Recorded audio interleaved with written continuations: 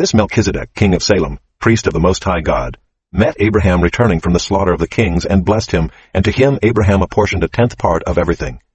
He is first, by translation of his name, King of Righteousness, and then he is also King of Salem, that is, King of Peace.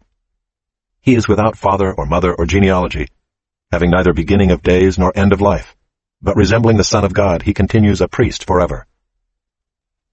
See how great this man was to whom Abraham the patriarch gave a 10th of the spoils. And those descendants of Levi who receive the priestly office have a commandment in the law to take tithes from the people, that is, from their brothers, though these also are descended from Abraham. But this man, who does not have his descent from them, received tithes from Abraham, and blessed him who had the promises. It is beyond dispute that the inferior is blessed by the superior.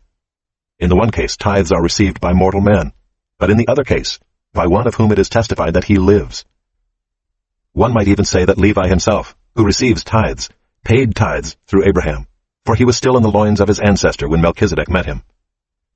Now if perfection had been attainable through the Levitical priesthood, for under it the people received the law, what further need would there have been for another priest to arise after the order of Melchizedek, rather than one named after the order of Aaron?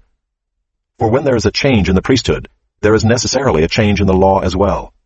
For the one of whom these things are spoken belonged to another tribe, from which no one has ever served at the altar.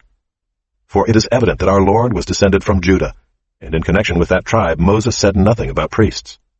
This becomes even more evident when another priest arises in the likeness of Melchizedek, who has become a priest not on the basis of a legal requirement concerning bodily descent, but by the power of an indestructible life. For it is witnessed of him, "You are a priest forever after the order of Melchizedek."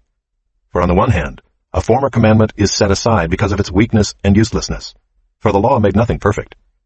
But on the other hand, a better hope is introduced, through which we draw near to God.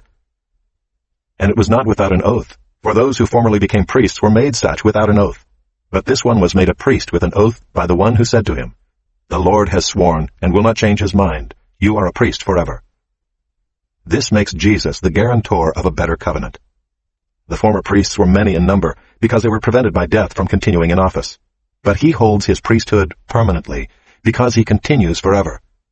Consequently, he is able to save to the uttermost those who draw near to God through him, since he always lives to make intercession for them. For it was indeed fitting that we should have such a high priest, holy, innocent, unstained, separated from sinners, and exalted above the heavens.